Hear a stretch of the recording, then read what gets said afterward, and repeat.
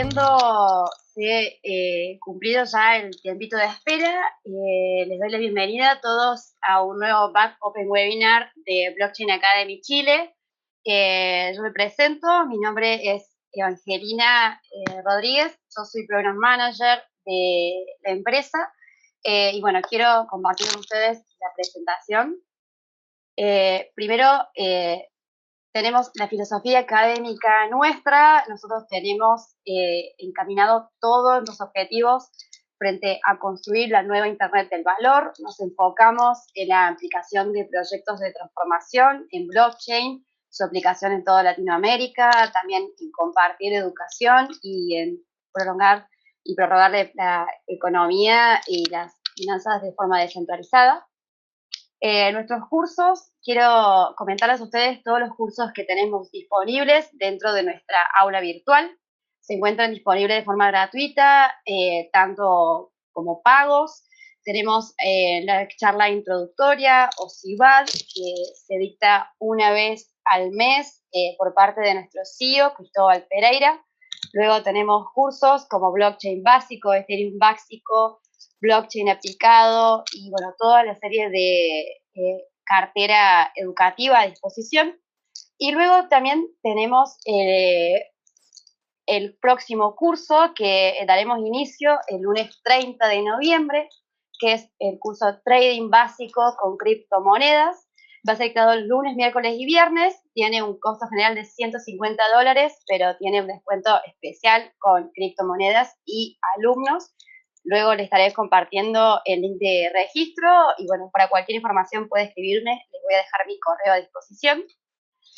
Luego quiero comentarles de que estamos disponibles en todas las redes sociales, principalmente en Slack, YouTube y todas las novedades que se pueden suscribir a nuestro newsletter. También puedo comentarles de que nuestro podcast de Blockchain Summit Latam, que es el evento blockchain de toda la región, somos líderes en cuanto a la difusión de contenido. Pueden escucharnos en Spotify y también en la página específica de Apple. Y bueno, finalmente, ya para dejar a Jorge a que nos explique un poco más acerca de cómo se encuentran las falacias frente a la regulación de blockchain en toda Latinoamérica y más específicamente en Argentina, le dejo nuestras redes sociales. Estamos en Twitter, Facebook, Instagram, LinkedIn y YouTube. Y también pueden escribirnos a cliente@blockchainacademy.cl por si necesitan alguna información o necesitan ayuda en alguna cuestión. Y bueno, finalmente les doy la bienvenida a todos. Les agradezco mucho por estar presentes acá, estar acompañándonos en un nuevo martes. Ya se vienen los últimos webinars del año y bueno, quería introducir a Jorge, quien muy amablemente nos está acompañando en esta tarde de martes. Hola Jorge, ¿cómo estás? Angelina, un gusto. ¿Cómo les va? Tenemos dos cositas que vamos a ir viendo acá. El primer tema acá a considerar es un poco la convocatoria de hoy, ¿no es cierto? Que tiene que ver con el motivo de la selección del tema y un poco el porqué del título. A ver, se ha dado en los últimos días intentos decimos intentos porque si bien revisten la condición de proyectos, también creemos que son avances en cuanto a la iniciativa o la idea, pero que lejos están de reflejar lo que quizás deberían, ¿no? Que son estos proyectos de ley que se han dado particularmente en nuestro país. Vamos a referenciar 3 casos como muestras, donde se da la situación de querer regular, por un lado, lo que serían los exchanges, conocidos para nosotros, por otro lado, puntualmente Bitcoin, y en otro modelo, los criptoactivos, ¿sí?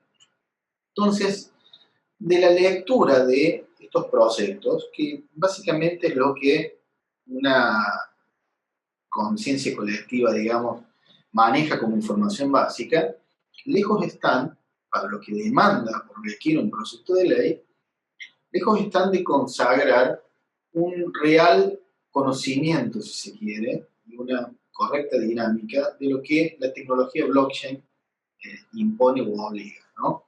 Entonces, la convocatoria en cuanto al título tiene que ver esto de falacias y distorsiones. Y un poco explicar el porqué. Cuando nosotros hablamos de falacias, tomamos como referencia que de alguna manera hay un razonamiento erróneo o equivocado, ¿sí? Esto puede tener como lógica errar, si se quiere, en algún tipo de premisas utilizadas, para lo cual la conclusión que tiene ciertas dosis de error. No estamos hablando de predicamentos de lo verdadero o de lo falso, sino de aquellos errores, si se quieren, que nos llevan a conclusiones que no son las ideales. Cuando hablamos de distorsiones, un término bastante pedagógico también, tiene que ver con el hecho de que una melodía o una pieza musical puede tener ciertos ruidos o injerencias no deseadas que lo que hacen es alterar, si se quiere, el normal desenvolvimiento. Entonces, el uso de estas terminologías ponen en evidencia que hay una reflexión, si se quiere, de estos proyectos, donde se ha querido, de alguna manera, razonar sobre lo que es blockchain erróneamente, o quizás ese error puede ser intencional, y con distorsiones por cuanto alteran esta melodía que compone, si se quiere, la tecnología que ha venido a revolucionar varias cuestiones, ¿no?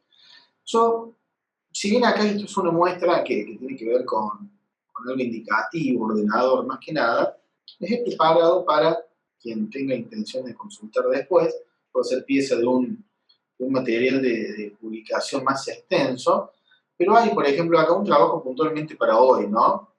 Que es básicamente darle un formato de ensayo a la cuestión.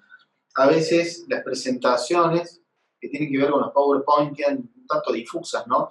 Porque son piezas aisladas, sin un orden de razonamiento, entonces por eso quizás sirva ilustrar con esto. Para el caso de la República Argentina, vale aclarar la utilización de 3 muestras. ¿Y cuáles serían? Es lo que consignamos aquí. Por un lado tenemos, digamos, 2 proyectos de ley nacional, uno que viene por, si se quiere, el ala del Frente de Todos, y otro que viene de el ala, digamos, de la oposición. Uno de los proyectos que es particularmente la autoría, según, estoy consultando las informaciones de diarios, si se quiere, de mayor consulta, donde se han exteriorizado estos textos y donde hay notas realizadas a sus correspondientes autores, por eso le atribuimos esta autoría. En un caso, al diputado chubutense Ignacio Torres, que básicamente el proyecto que es una ley de criptoactivos. Y por otro lado tenemos un proyecto del Frente de Todos para regular Bitcoin y otras criptomonedas, ¿sí? Y acá algo un poco más disruptivo, valga el término, que es un proyecto provincial, particularmente del diputado Gervasoni, de la provincia de Misiones, de la República Argentina, entendiendo que hay muchas personas que después consultan este tipo de webinarios de distintas partes del mundo, entonces aclarar que es una provincia dentro de nuestra república que promueve la creación de una plataforma digital como un ente descentralizado, como si fuera innovación esto, con participación estatal mayoritaria bajo la forma de una sociedad anónima. Dentro de los tipos sociales, para la ley argentina, tenemos una especie de principio de tipicidad, ¿no? Donde deben adecuarse, si se quiere, las personas jurídicas a determinados formatos, tipologías o moldes, si se quiere, societarios, para poder ser regulados por la ley que así los consagra.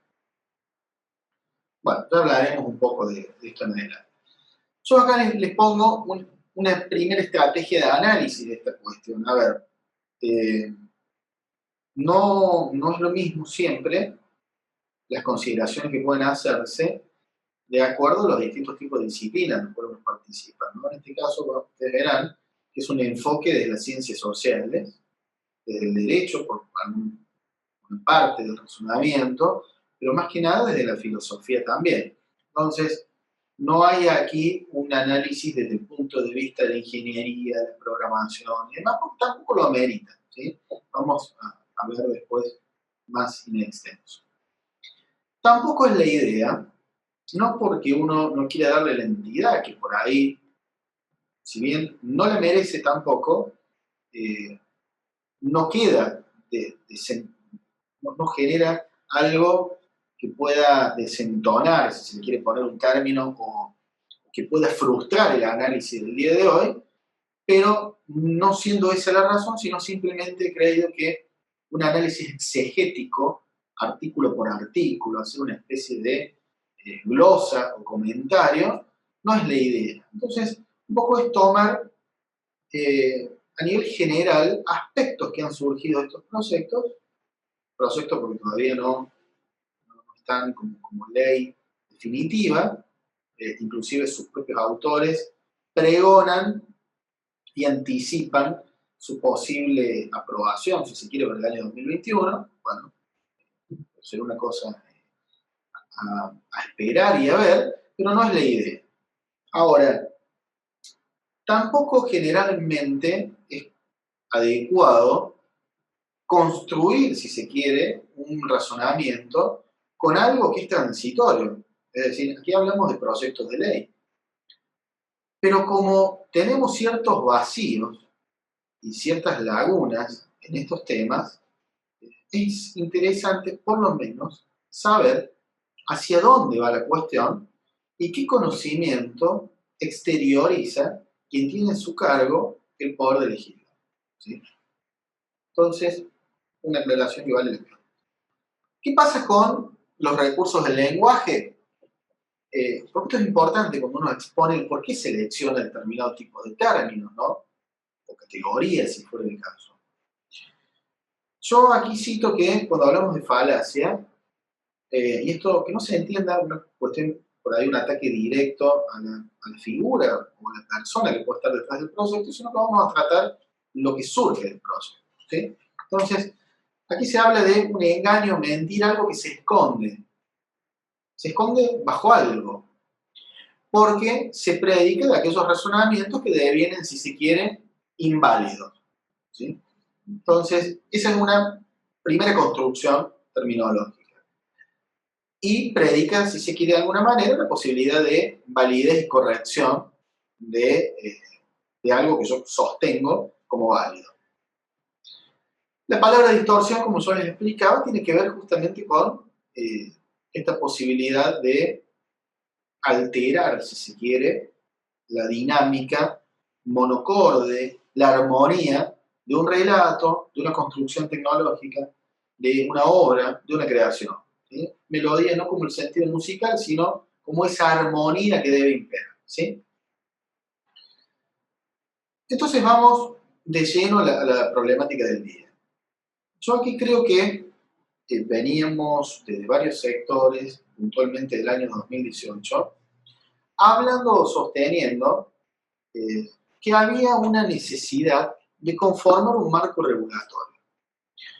Y este marco regulatorio tenía que ver con ciertas prácticas cotidianas que escapaban, si se quiere, a la conciencia colectiva o a la costumbre de estas conciencias colectivas, por ser algo nuevo, por ser algo disruptivo, por ser algo no conocido, y todos esos sinónimos vamos a aplicarles, que de alguna manera generaban ciertas operaciones por fuera de cualquier tipo de encuadramiento o de cualquier tipo de segmentación normativa, si se quiere, ¿no? Para tratar de atribuirles algún tipo de antecedente y consecuencias jurídicas, por ejemplo.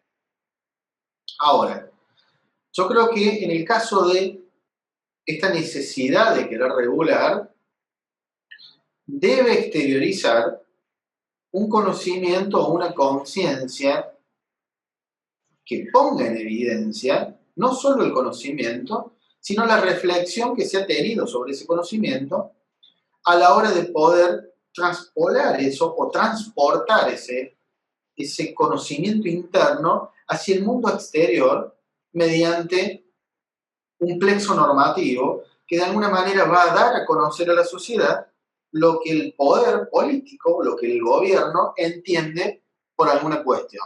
Esto, digamos, en términos de las TEC que hoy en día hablamos, serían los actos o manifestaciones dentro del mundo de los GovTech para el ejercicio de todo tipo de actos de la gobernanza tradicional. ¿Sí? Entonces esto uno le pondría el encuadre de acuerdo a su modelo político de país, como digo siempre, partiendo de la base que es un espacio que no se limita solamente a Argentina, sino más bien a los modelos latinoamericanos. Ahora, aquí comienza una de las primeras grandes falacias, que tiene que ver con el regular hacia afuera, pero no desde dentro. ¿Sí? ¿Y por qué? Porque fíjense que empezamos a ver algunas cuestiones que dentro del mundo de las GovTech, como les digo, tienen una vinculación necesaria e imprescindible a la hora de tratar estas cuestiones. A ver, el mundo de los criptoactivos, o el mundo de las criptomonedas, como podemos decir, operan sobre tecnología blockchain, pero no son descriptores de la tecnología blockchain, de la totalidad de la tecnología blockchain, sí de la parcialidad. Es decir, yo puedo conocer a través de la parte, tener ciertas ideas del todo, pero no necesariamente voy a conocer el todo. Entonces, hay muchas cuestiones que han escapado de la lógica de los marcos regulatorios que son necesarios para la tecnología blockchain, pero que quizás si me limito a mirar solamente el escenario de criptomonedas, esa parte no me viene dada, por lo tanto no me permite ser conocida. ¿Sí? Entonces esto es jugar un poco con la teoría del conocimiento y hacer filosofía de alguna manera, porque este cambio lo merece.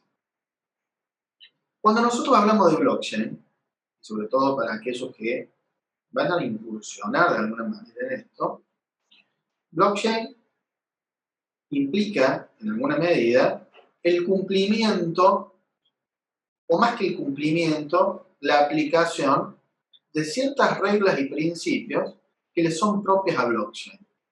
Y esas reglas y principios de no darse no me permite estar hablando típicamente de tecnología blockchain, ¿sí? O cadena de bloques, como uno quiera asignarlas. ¿Por qué? Porque en esencia, la estructura de esta forma de tecnología, que da la sensación que nosotros creemos que es solamente el uso de un dispositivo, pero que esconde, fíjense cuando yo les hablaba de falacias a veces, puede esconder, recuerden siempre este puntito acá, hay algo siempre que subyace o se esconde bajo algo, en sentido positivo o en sentido negativo. En sentido negativo como estar enfrente de una falacia, pero en sentido positivo es casi como el asombro permanente ante lo desconocido que sale de la luz. Entonces, el principio madre de alguna manera, que tiene que ver con la descentralización, genera una pista para empezar a entender esto, que tiene gravitación transversal hacia todos los tipos de escenarios.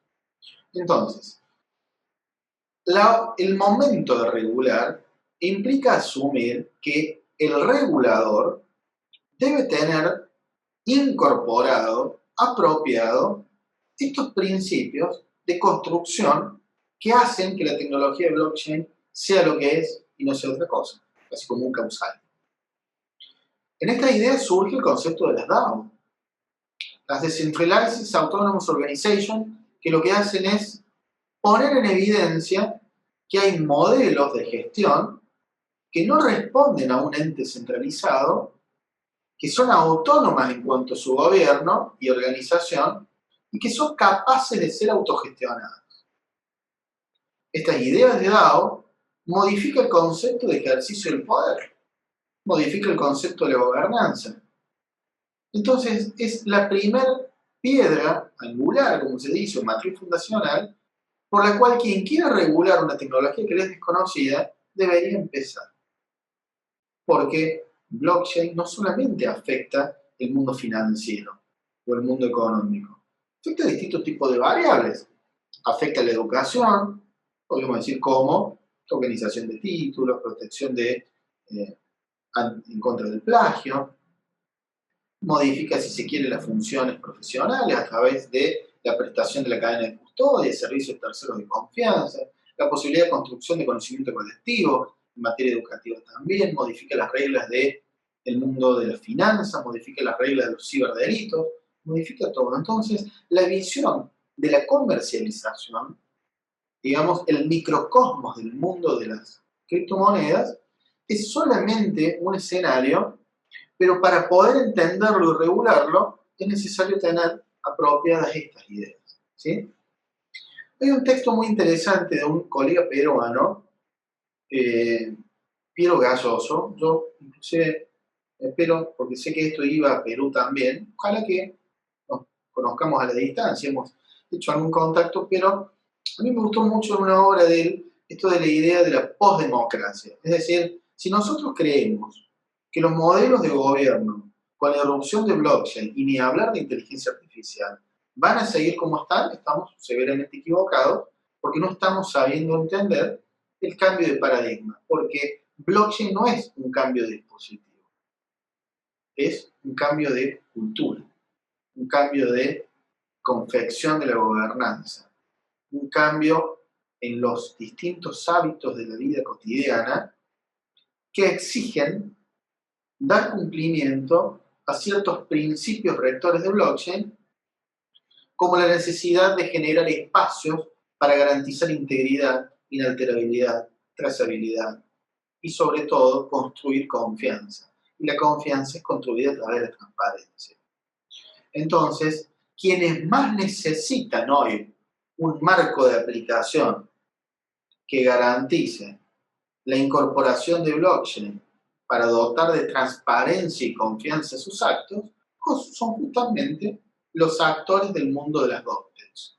Y no necesariamente, como primer medida, los primeros, digamos, destinatarios de todo este mundo, que son los últimos eslabones de la cadena, llámense consumidores, que van a ingresar tibiamente al mundo blockchain a través, por ejemplo, del trading. ¿Sí? Entonces, un primer problema es la falacia. Ahora,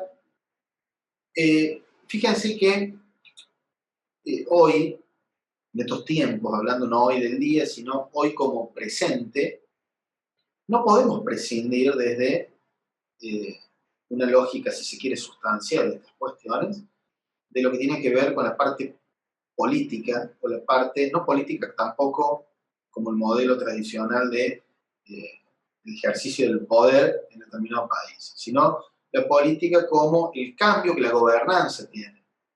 Y aquí es donde aparece esta figura de las DAO, ¿no? Entonces, esto cambia la forma de ejercer el poder, si se quiere de alguna manera, porque hay una mayor participación ciudadana a través de la construcción del consenso. Otro elemento que tiene que ver con la subyacencia en el lenguaje de blockchain.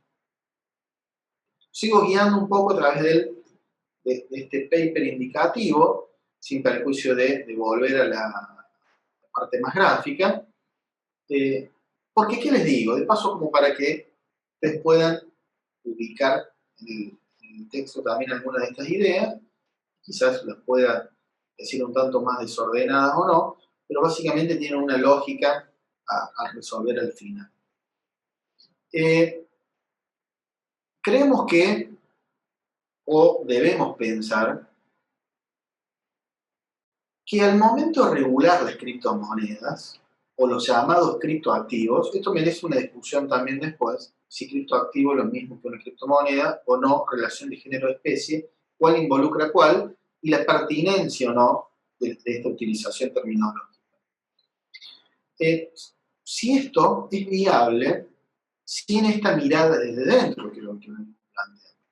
Porque a partir de allí, caemos en una posible segunda falacia o distorsión. Ya, que tiene que ver con que un principio general no se crea o modela por cuanto hace la propia esencia de la cosa. ¿Por qué voy a decir esto? Porque ya, jugando un poco con el material de lectura me refiero a los proyectos, parece desacertado que un proyecto de ley, a mi criterio, intente plasmar o definir los principios de blockchain. Vamos a ver, por ejemplo, en uno de los proyectos de ley, en el artículo 2, que habla de los principios. Los principios no necesitan definición, ni en el caso de blockchain necesitan declaración expresa, por cuanto les son propios la tecnología de blockchain. Es decir, tampoco se me ocurriría crear principios distintos a lo que en su subyacencia tiene, por cuanto estaría distorsionando o alterando la sustancia de lo que la tecnología impone. Entonces, esto realmente busca predicar desde un organismo centralizado principios que le corresponden a una creación o a un resultado que es de carácter descentralizado. ¿Sí? Entonces, esto es lo que de alguna manera tampoco se corresponde con la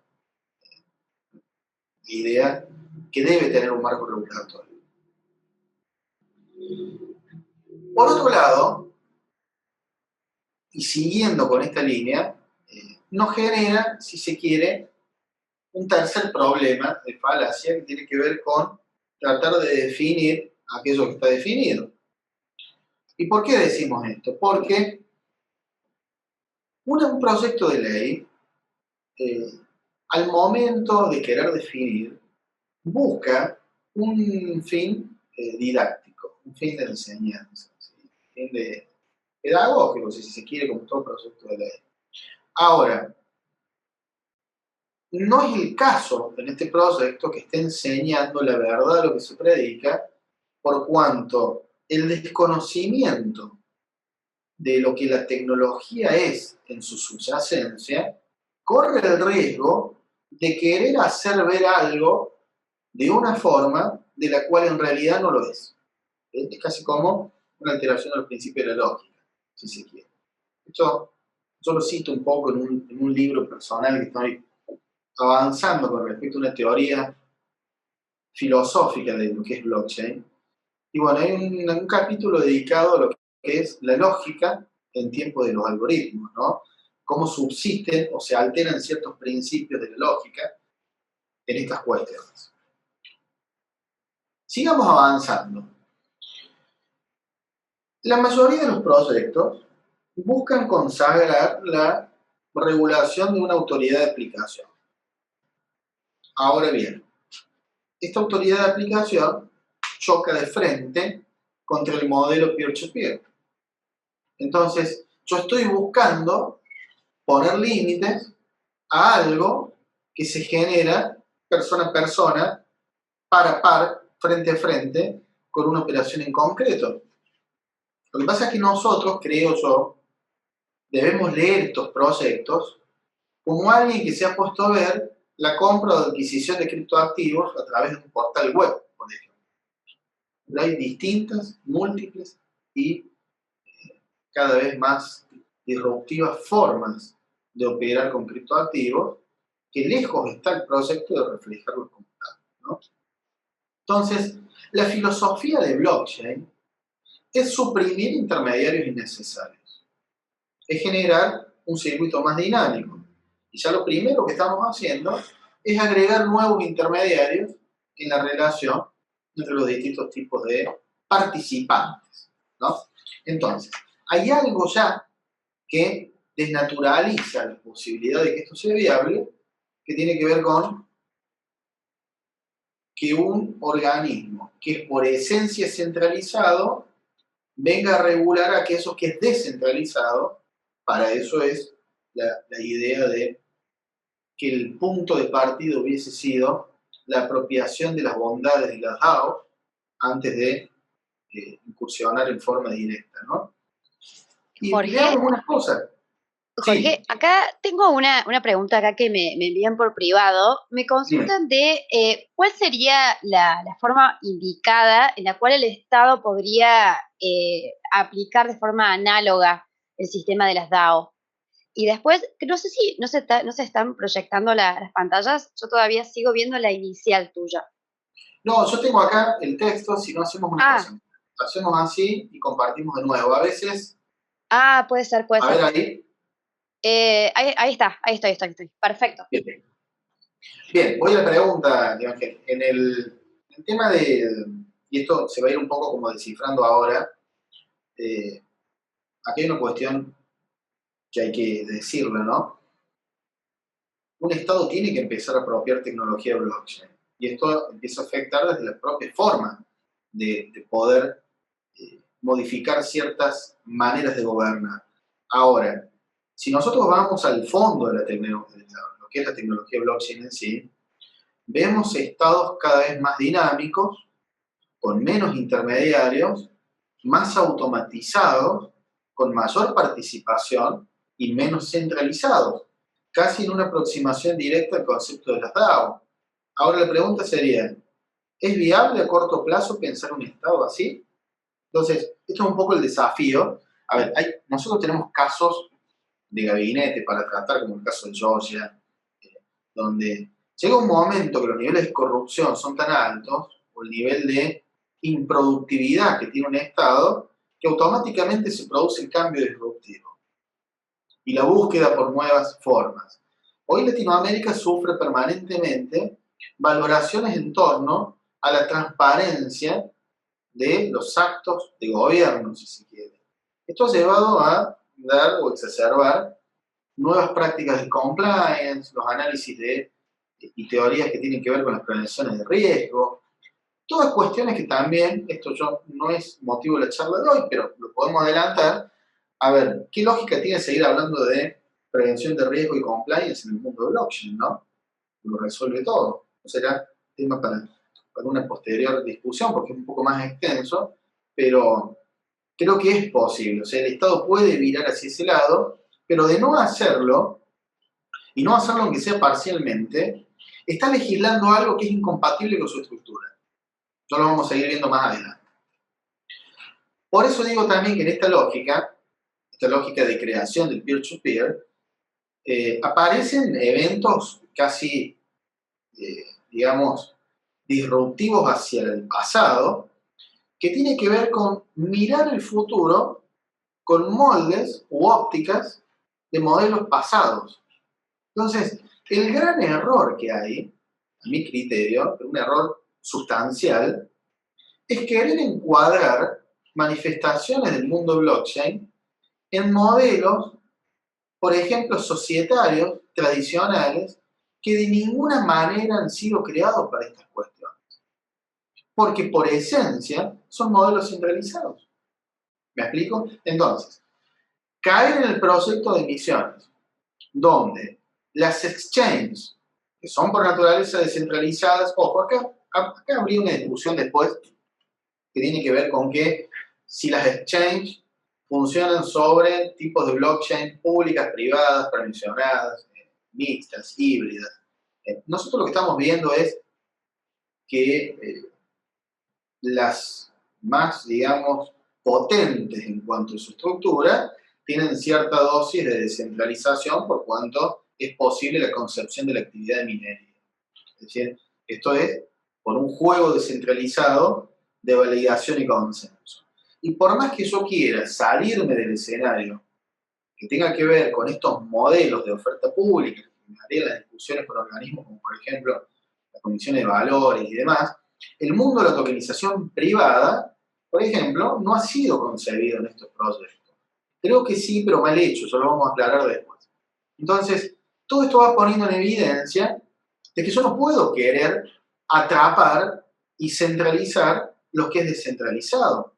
Entonces no puedo pretender crear un exchange que funcione dentro de una sociedad anónima con participación estatal mayoritaria.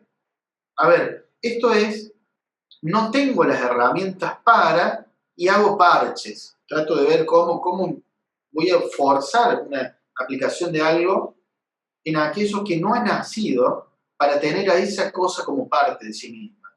Entonces, esto es lo que hubiese obligado a que el Estado transite este camino por la incorporación de blockchain para, a partir de allí, poder empezar a regular, si quiere, tener estos propios escenarios de compra y venta o estos exchanges o mercados para operar como tal. Es decir, acá hay un gran error, también a mi criterio, que es pensar que la bolsa de valores va a ser un exchange de criptoactivos o de criptomonedas.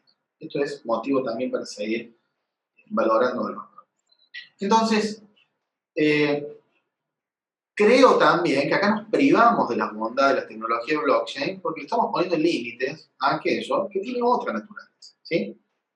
Ahora bien, ¿por qué? Acá hay una pregunta que está buena como guía. ¿Por qué un modelo evolucionado va a tomar como forma algo involucionado anterior y diríamos obsoleto, ¿no? Entonces, da la sensación que querer recurrir a las 19.550, que son modificaciones posteriores, o las ideas de la SAS, tienen que ver con someter más bien la idea de una tecnología blockchain o cualquier manifestación de la misma, por ejemplo, el mundo de las finanzas, a un control centralizado.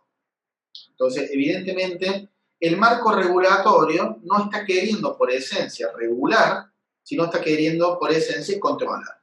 Y el controlar parte de la base de contar con las herramientas de poder controlar aquello que opera en un escenario muy distinto al Estado.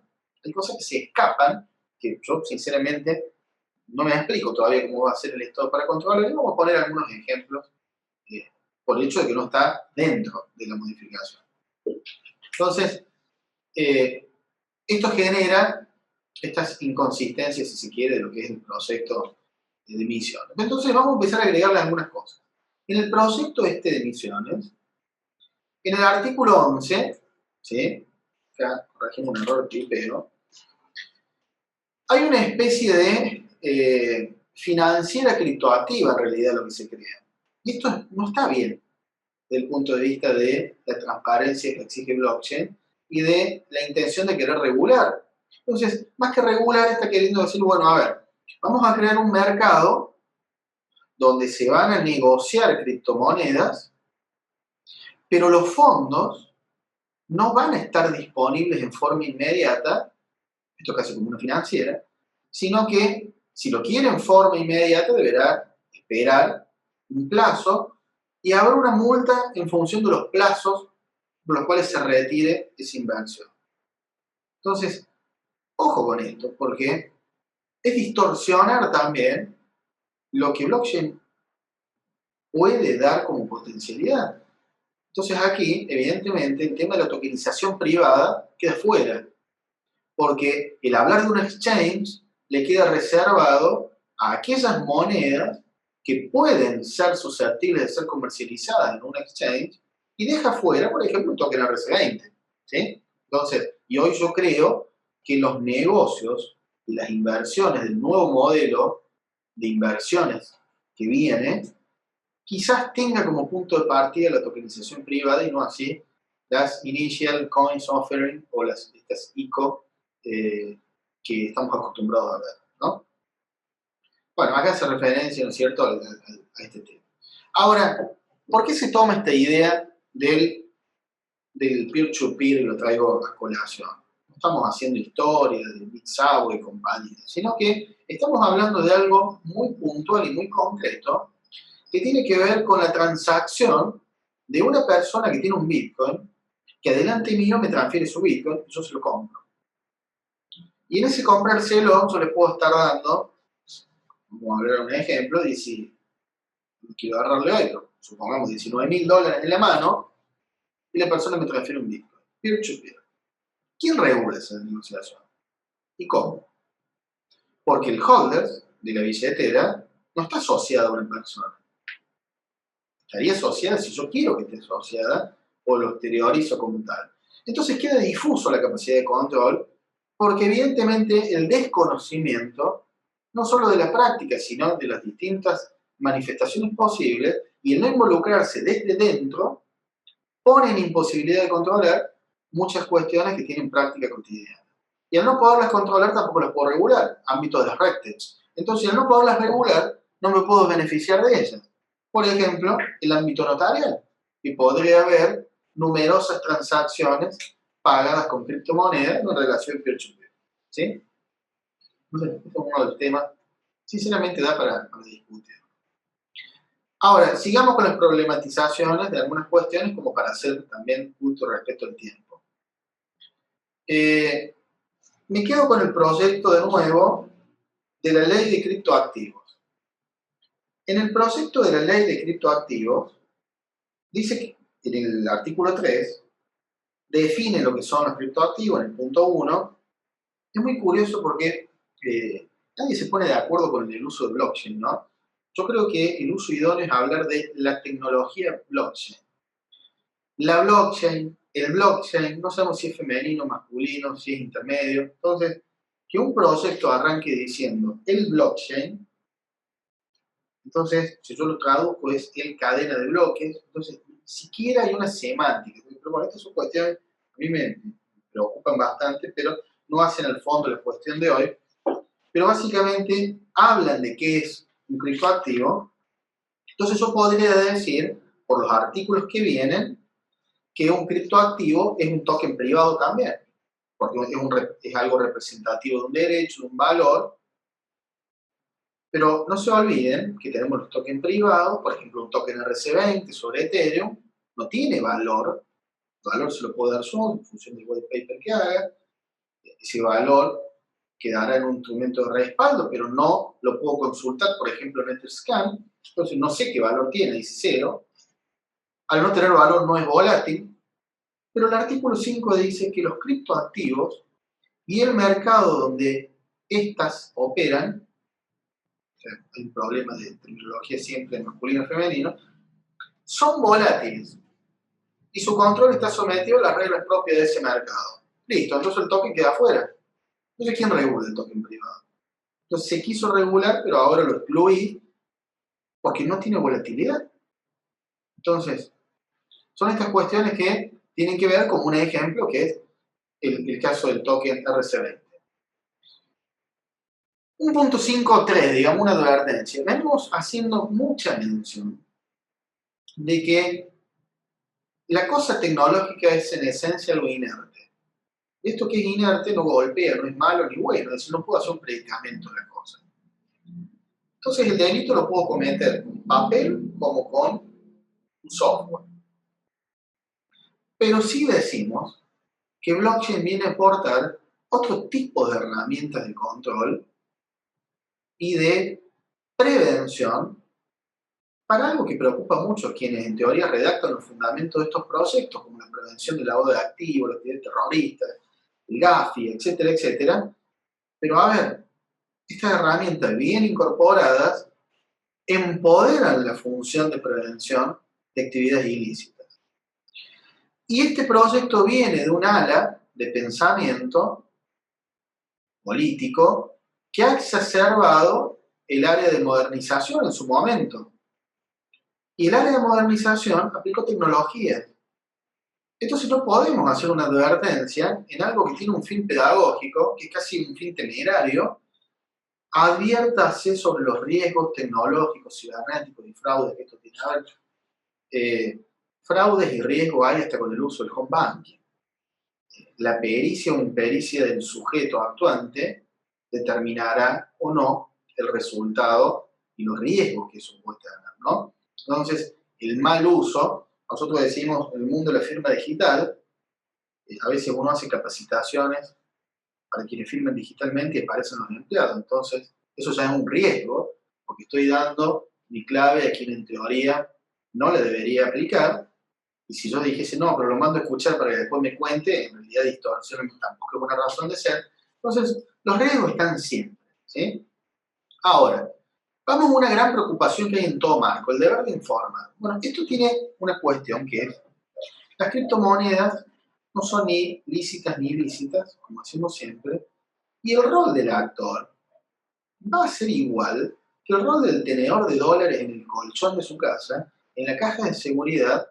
Esto nosotros lo tenemos que explicar a los hermanos extranjeros, porque aquí hay una cuestión con la moneda extranjera que genera o ha, si se quiere, inclinado las búsquedas por estos tipos de nuevos escenarios, donde la búsqueda de la reserva de valor Hay unos papers muy interesantes en esto de cómo querer ir hacia la reserva de valor por el propio uso del Internet del valor, exacerba las prácticas sobre los criptoactivos, las criptomonedas, que es distinto, porque las criptomonedas serían por la búsqueda de reserva de valor, y en cambio los criptoactivos puede ser hasta por una inversión misma.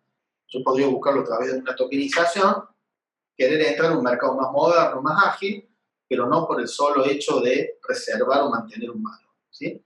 Pero se generan estas búsquedas. Entonces, que yo tenga dólar, peso argentino, peso chileno o criptoactivo no me exime de mi deber de informar lo que tengo que informar.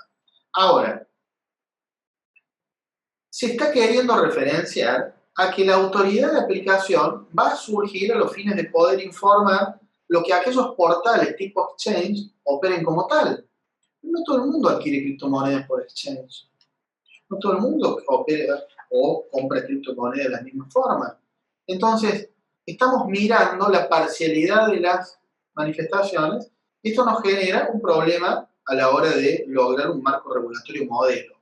Quizás esto es también por el no escuchar a los distintos sectores o generar estas pruebas empíricas, ¿no? que tiene que haber.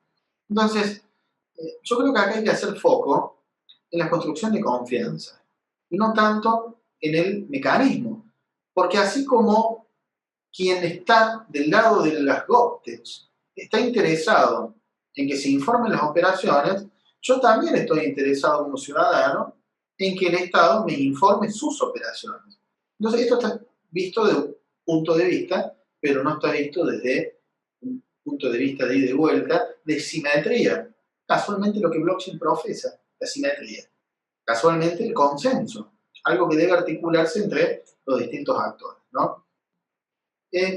Acá surge un tema también en los proyectos que tiene que ver con lo generalizo un poco, en algunos casos he tomado más el de la ley de criptoactivos, porque el de Bitcoin es más difuso y da la sensación que vamos a hablar de Bitcoin, nada más.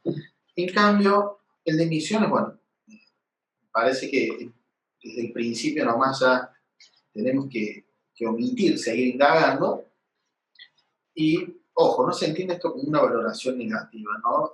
Como una valoración o un trato despectivo, sino que yo creo que estos proyectos hay que madurarlos antes de sacarlos a la luz, porque generan riesgos y generan una mala información, ¿sí?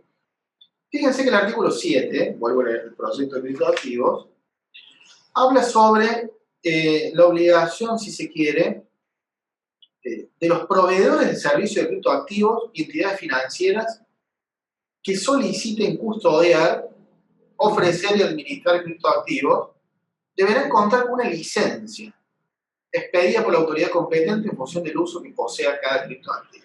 Es decir, si yo vengo a operar en Argentina, voy a tener una licencia de alguna autoridad de aplicación que me permita a mí realizar este tipo de tareas. Ahora bien, esto es fácil de comprender para sitios que se exteriorizan como tal. Los conozco. Pero vuelvo a lo mismo. ¿Qué pasa en operaciones peer-to-peer? ¿Sí?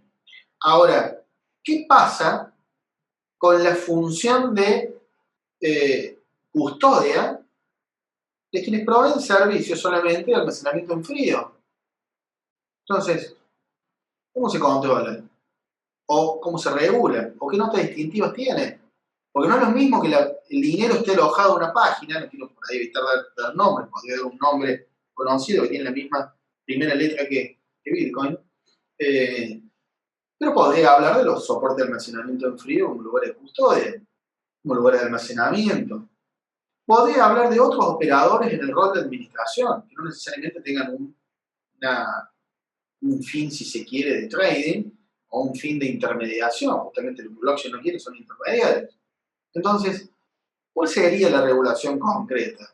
O metemos todo en la misma bolsa, ¿no? Ahora, y si las quiero hacer, ¿cómo las identifico?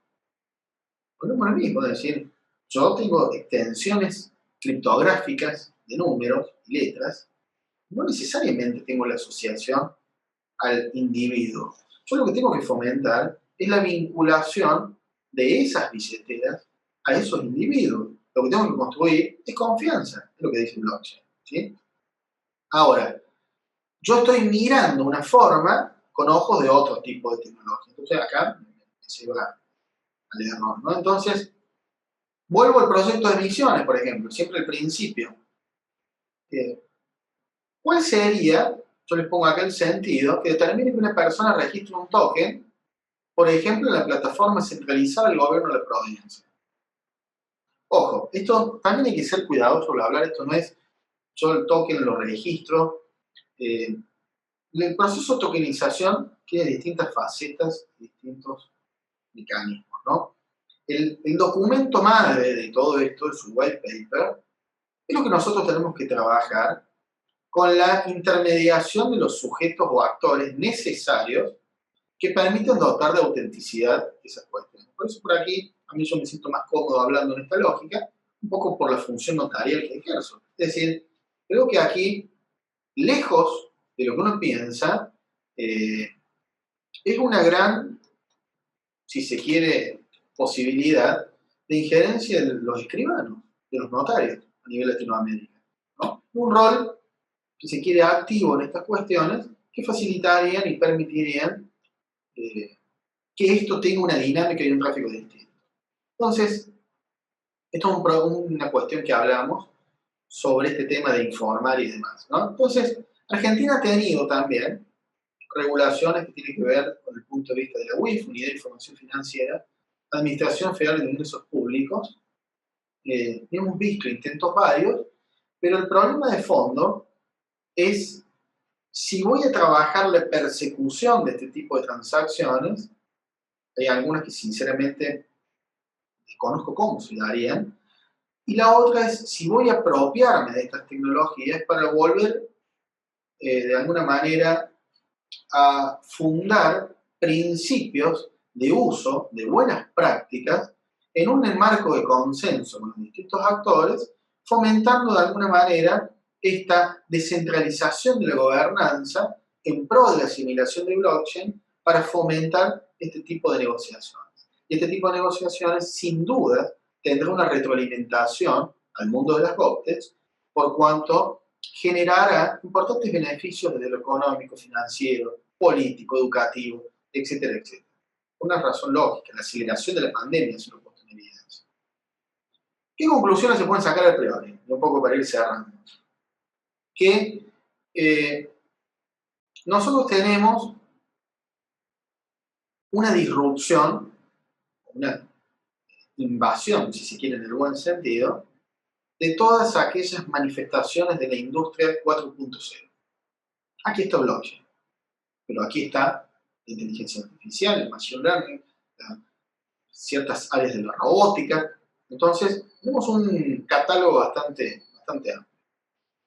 En este catálogo, blockchain viene a ser la base. Yo estoy convencido que no hay posibilidad de sistemas, por ejemplo, de inteligencia artificial que tengan una sensibilidad hacia lo ético que no sea edificado sobre el mundo blockchain. Entonces, los veo como necesarios, los veo como complementarios, ¿no? Y no como uno u el otro de manera, si se quiere, de separación o segregación de una tecnología por otra. Entonces, la idea es la supresión de intermediarios innecesarios.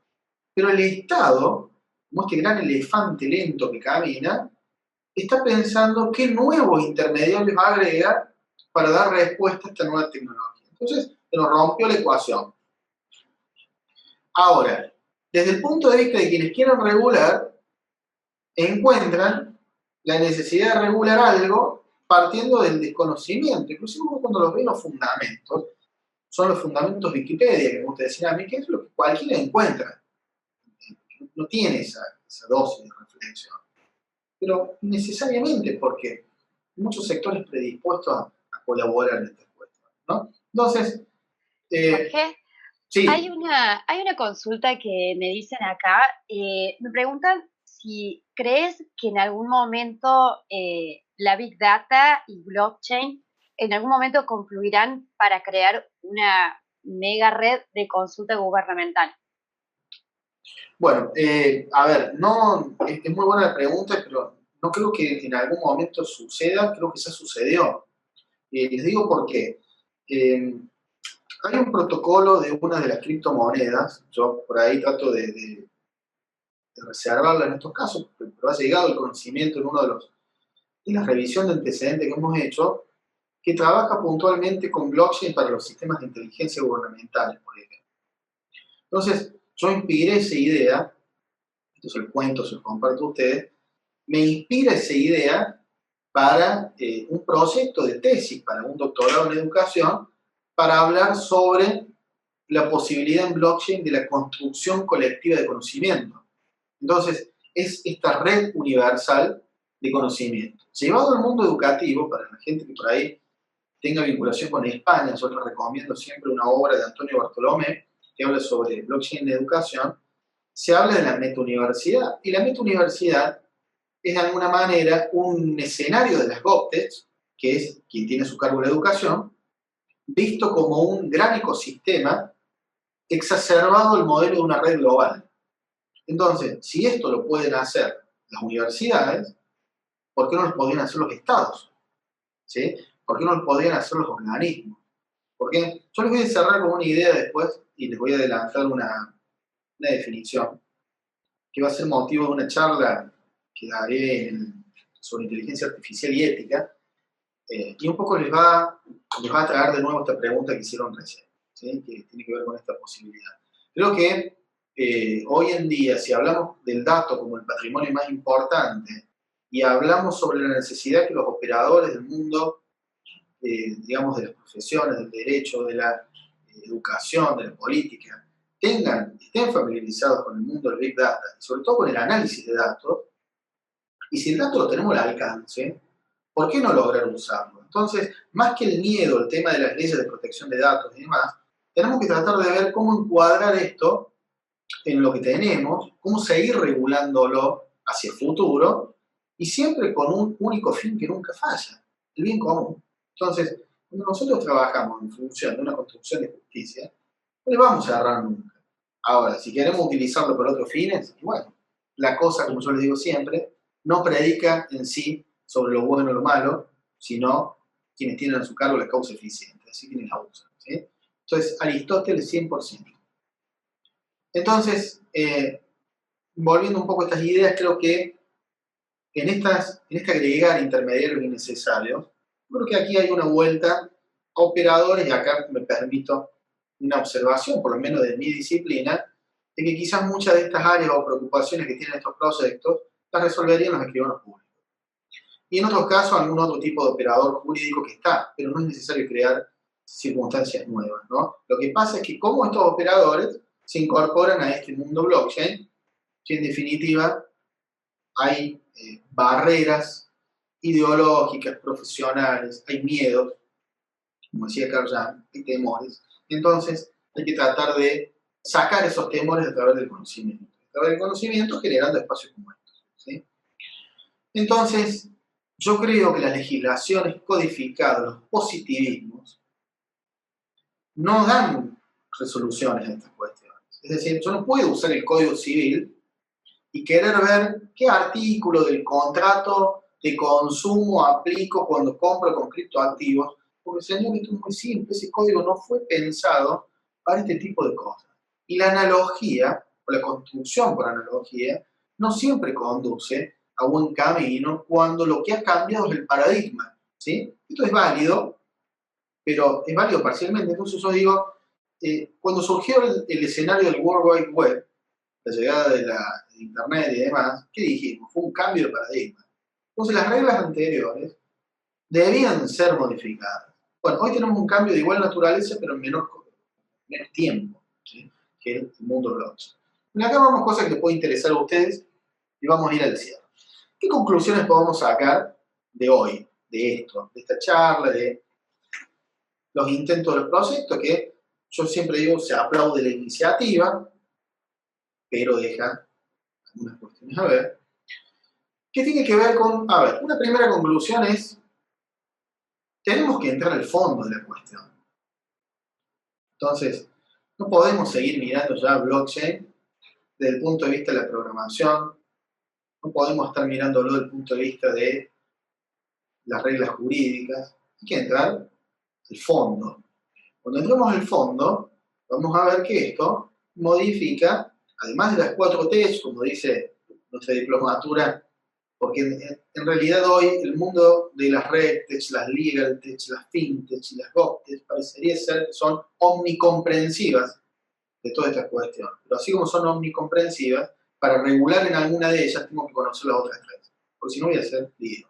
Entonces, lo que tengo que ver acá es que blockchain de alguna manera está diciendo en primer medida, ojo, que cambia la forma de gobernar.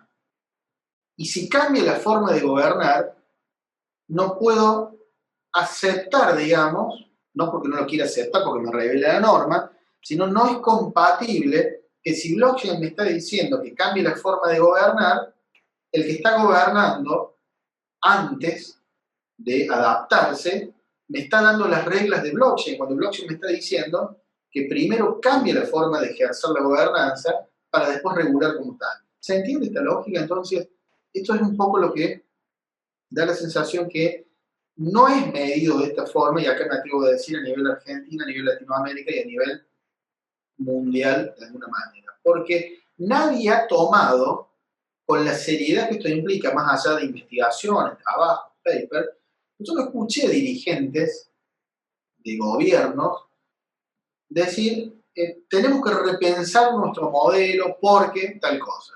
Sino que hay una puja, si se quiere, por uso o apropiación de estas herramientas como una forma de fortalecer aún más el poder que se tiene, pero no adaptándolo a las nuevas reglas. ¿Sí? Entonces creo que son los cambios a corto plazo que seguramente van a suceder, como han sucedido en forma aislada en determinados lugares, como el caso que yo pongo siempre, el de Georgia, ¿no? Pese a que suprimieron a los escribanos, o sea, me sirve para darlo de ejemplo en algunas cosas, pero no en otras. Ahora bien, el Estado tiene que poner en práctica la tecnología blockchain, ¿sí? Mirando más allá de las criptomonedas. Porque si yo me quedo con el mundo de las cripto, como diríamos en jerga, me estoy privando de otras cuestiones. ¿Sí? Y en esas otras cuestiones, yo puedo lograr construir una nueva forma de relación del ciudadano con sus representantes, en entornos de mayor auditabilidad, trazabilidad, ¿sí? En entornos de confianza, consenso, de roles activos. Esto es casi como la validación de un bloque, bueno, la validación de actos o caminos a seguir por quienes nos representan en el caso de los sistemas de gobierno representativos. Ni hablar republicano, donde ahí está la función de la auditabilidad. ¿Sí? Un verdadero marco regulatorio de algo que por esencia genera consenso tiene que venir del consenso de todos, esto no cabe la menor duda. Entonces, si yo me siento a hacer un marco regulatorio solo, y difícilmente logre un resultado esperado. El otorgar licencias, como regulan los proyectos, ¿qué busca? Busca de alguna manera decir, a ver, no cualquiera puede venir a ejercer determinadas prácticas, pero esas prácticas no pueden perder de vista su descentralización. Y al no perder de vista su descentralización, yo tengo que poder garantizar que ese uso se da por consenso y por práctica y no por decisión centralizada. Porque vamos a volver a viejas reglas de nuevo que no son admisibles en el mundo blockchain, como por ejemplo las cuestiones monopólicas, antimonopólicas, etc. Es decir, bueno, este exchange va a ser el único posible en el país para poder operar. ¿Y por qué? Si nosotros partimos de la exacerbación de la descentralización y el direccionamiento de nuestros actos hacia donde se construye la confianza. ¿Sí? Solamente un marco regulatorio va a ser acertado con el Estado dentro, es decir, un Estado que tiene apropiación de tecnología blockchain. Tampoco hay que ser tan duros, ¿no? Es decir, nuestro país, particularmente esta provincia como Córdoba, ha hecho mucho esfuerzo en estas cuestiones. Es decir, esto lleva a hablar de que se ha querido trabajar sobre un blockchain federal, en el caso de Córdoba, el Cluster Córdoba Technology, el Córdoba Blockchain Hub, entonces espacio en el Ministerio de Ciencia y Tecnología, nuestra sala Blockchain e Inteligencia Artificial en la Universidad Católica, ponen en evidencia que estamos generando distintos espacios, incubadoras, lugares, para que estas cuestiones sean tratadas por los que saben, y además de por los que saben, por los que tienen práctica en esto. Entonces creo que es ahí donde me puedo nutrir de las ventajas, ¿no? Ahora, esto es una apreciación muy, muy personal, que si blockchain ha cambiado los moldes tradicionales, como el Estado, cambia también ciertos, o van a cambiar ciertos operadores hoy, como el rol de la UIF, el rol de AFIP y de más organismos que pertenecen al mundo de las tech, ¿no? Pero esto ¿por qué? Porque el consenso, que es lenguaje subyacente de la tecnología de blockchain, no el consenso algorítmico en sí, para validar transacciones, sino este consenso que se genera como filosofía de la tecnología, va a llevar a nuevas prácticas. Las nuevas prácticas tienen nuevas reglas. Las nuevas reglas tienen nuevos mecanismos de control, tienen nuevos mecanismos de autenticidad, de verificación y demás. Entonces, en el ecosistema blockchain, hay organismos del Estado que son innecesarios. Entonces, si son innecesarios, es erróneo darles el deber de tener que regular cuestiones que exceden de su propia naturaleza constitutiva. Entonces, esta es otra cuestión. Yo digo, los estados deberían sentarse a ver estas cuestiones. Bueno, y voy a terminar, para no excederme tanto con el tiempo, con una cuestión muy interesante. Y en este muy interesante tiene que ver con lo siguiente. Se está hablando mucho actualmente sobre lo que es el mundo de la inteligencia artificial. Entonces, dentro del mundo de la inteligencia artificial, nosotros da la sensación que hacemos un per salto. Entonces, bueno, vamos a innovar como Estado a través de agentes artificiales. Bueno, el blockchain queda para los locos que les gustan las criptomonedas, por ejemplo. Podemos razonar de esa forma, o podemos decir, no, blockchain queda para alojar documentación. ¿Cuál es el problema que no resuelve la inteligencia artificial todavía? Lo que no resuelve es justamente el tema del control ético de estos agentes artificiales y demás. ¿Y cómo lo podría resolver? ¿Cómo podría filtrar los sesgos? ¿Cómo podría trabajar de base con el machine learning? ¿Cómo podría colaborar de alguna manera que estos agentes artificiales sean regulados por algo superior, como las normas son reguladas por una gran norma, como decía Kelsen, o por el derecho natural, como diríamos los bionaturalistas? Acá aparece blockchain. Porque si nosotros consagramos la idea de un meta smart contract que tenga en su white paper los principios generales del derecho, las costumbres, la idiosincrasia de un pueblo, ese meta smart contract es la garantía de cumplimiento ético del resto de los smart contracts. Y como son autos ejecutables, no se ejecutaría nada que vaya en contra del orden público, de la moral, las buenas costumbres. Entonces, fíjense cómo blockchain es más necesario para la inteligencia artificial de lo que creemos. Esto es una conclusión después de una serie de pruebas y ensayos, lo hablaremos más en la mesa sentado con la gente de inteligencia artificial, pero básicamente es posible, es viable y pone en evidencia que es tan potente blockchain que no se limita solamente al mundo de las monedas y que yo lograría exacerbarlo aún más si parto de esta base y lograría un estado un poco más tecnológico, con mayor innovación, y sí vendrían a nuestro rescate las criptomonedas, los criptoactivos, para lograr una economía más sustentable, transparente, dinámica, sin intermediarios, y que permitan, si se quiere, un refundar la economía de los países. ¿Sí? Entonces, esto un poco como para cerrar la idea, la importancia de estas cuestiones. Así que te agradezco, Angelina, y gracias. espero no haberme pasado mucho el tiempo. No, por favor, todavía no, nos quedan unos minutitos. Mira, acá tengo una pregunta que, bueno, me enviaron la mayoría por privado. Me consultan acerca de cuáles vendrían a ser los organismos de contralor en los proyectos de ley argentinos. Bien, Yo bueno, supongo que se referirá a blockchain. Bueno, en el caso del contralor de los organismos, de los proyectos, lo único que se dice es que el Poder Ejecutivo va a designar a una autoridad de aplicación. Entonces, la pregunta sería, ¿van a designar a alguien nuevo? ¿Van a crear una comisión para esto? ¿Van a crear un registro, por ejemplo? ¿O va a ser facultad de algo ya creado? El problema es que de todo lo que uno tiene, ¿quién está verdaderamente en condiciones de poder, en forma individual, funcionar realmente como autoridad de aplicación? Yo me voy sorprendido todo el tiempo con las dinámicas que esto tiene. Es decir, y con los usos posibles.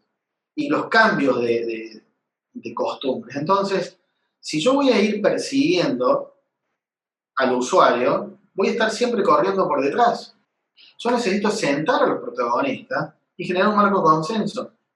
Y de última ahí surgirá una especie de lugar de aplicación que no va a ser más ni menos, creo yo a mi criterio, deberían ser los propios usuarios los que validen y verifiquen estas cuestiones, que colaboren para la construcción ética también, que es viable, esto dependerá de los smart contracts que uno cargue. Entonces, creo que esto pasa por ahí. Ahora, yo creo que el gran error es decir, bueno, a ver, la Administración Federal de Ingresos Públicos es la autoridad de aplicación. Y me parece que no están para eso. Su rol es otro. Es como que John Romo hubiera dicho, bueno, al edil le voy a dar ahora la facultad de hacer los censos. Y el edil no estaba para eso. Tuvieron que crear la censura. Entonces, acá van a tener que crear a alguien. Pero si seguimos creando operadores a la vieja usanza, seguimos generando intermediarios innecesarios. Iba en contra de la filosofía de blockchain. Perfecto. Acá consultan acerca de la SEC. Preguntan si la SEC ha tenido influencia notable frente a la redacción de estos proyectos.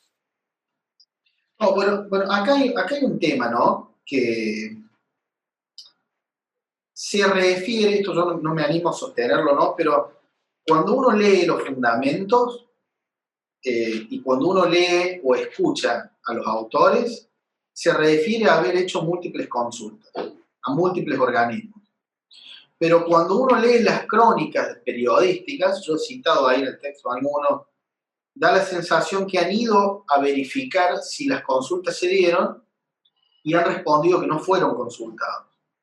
Entonces, yo creo que, esto es una duda que no, pero si se hubiesen expedido las personas que se dicen haber consultado, no creo que este hubiese sido el resultado. ¿Sí? Porque uno los conoce, a ver, van apadrinando las ofertas de posgrado que uno da, yo no sé si se puede dar nombre acá o no, pero puedo nombrar algunos de estos, digamos, personas. Puedes mencionar lo que vos quieras, no hay inconveniente con eso. Bueno, por ejemplo, ni moneda ni proyectos, no pasa nada. Yo se me ocurriría, supongamos, en las últimas incursiones, por ejemplo, acá, o la decisión que hemos tomado nosotros en una de las últimas ofertas de posgrado. Y bueno, es importante tener la opinión de la Cámara Fintech de Argentina. Nos es importante nosotros tener presente y escuchar a Hyperledger por una cuestión de Hyperledger Latinoamérica. Nos es importante, en el caso de los jurídicos, tener a los colegios de abogados de Mercosur, porque la realidad de los países son distintas.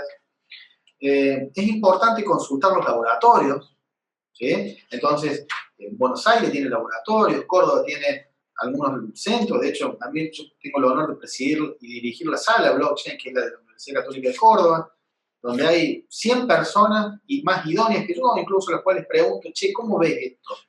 Y tal cosa. Entonces, creo que ese consenso se refiere a haber estado, pero no sé de qué has estado. Es decir, queda ahí la duda.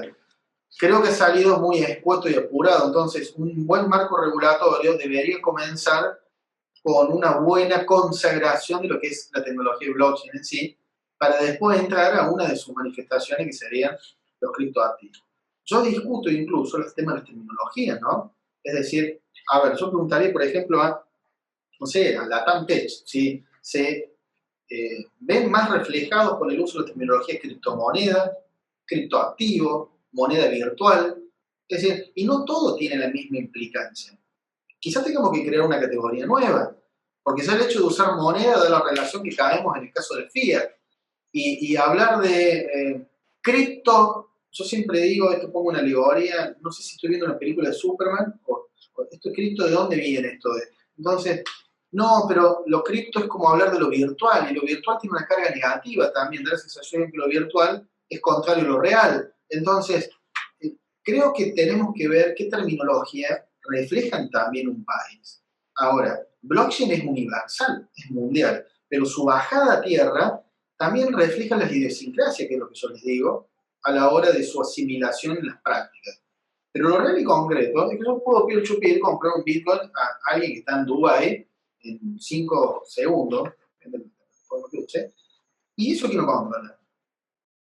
¿Cómo? Entonces, ¿en qué marco está eso? Yo mi holder no le declaro, ¿quién sabe que es mía? De repente digo, no, pero en realidad es Evangelina la dirección que di.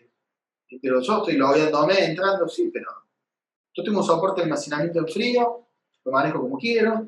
Entonces, creo que hay que entrar ahí y demostrar que se puede generar confianza, consenso, pero si yo voy a querer venir ahora a grabar todo esto, a buscar un fin fiscal en estas cuestiones, creo que estoy perdido. Estoy dando un salto al vacío y estoy fomentando otro tipo de prácticas que van a escapar a estas cuestiones.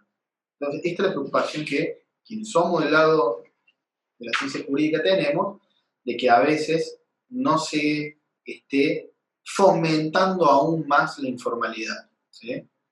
Porque no voy a entender tampoco cómo perseguirlo. Tampoco veo que hay mucha preocupación en avanzar sobre esto, ¿no? Perfecto. Bueno, amén del tiempo que, bueno, ya estamos llegando casi a su cierre. Bueno, recomendamos que a partir de la semana que viene va a estar cargado este webinar en nuestras redes sociales. Va a estar cargado en YouTube. Pueden suscribirse y estar atentos a todas las novedades. Pueden seguir, bueno, Jorge también todas sus redes sociales. Yo posteriormente en el correo les voy a estar pasando todos sus links. Agradecemos mucho a todos los que han estado presentes hoy, ya son los últimos del año. Gracias, Jorge, nuevamente, eternamente agradecidos, junto con Cristóbal, por haber presenciado otro webinar. Y bueno, ya próximamente se vendrán nuevos cursos, nuevas capacitaciones, así que bueno, estén atentos a todas nuestras novedades y bueno, les deseo un excelente martes y que estén todos muy bien. Muchas gracias por venir.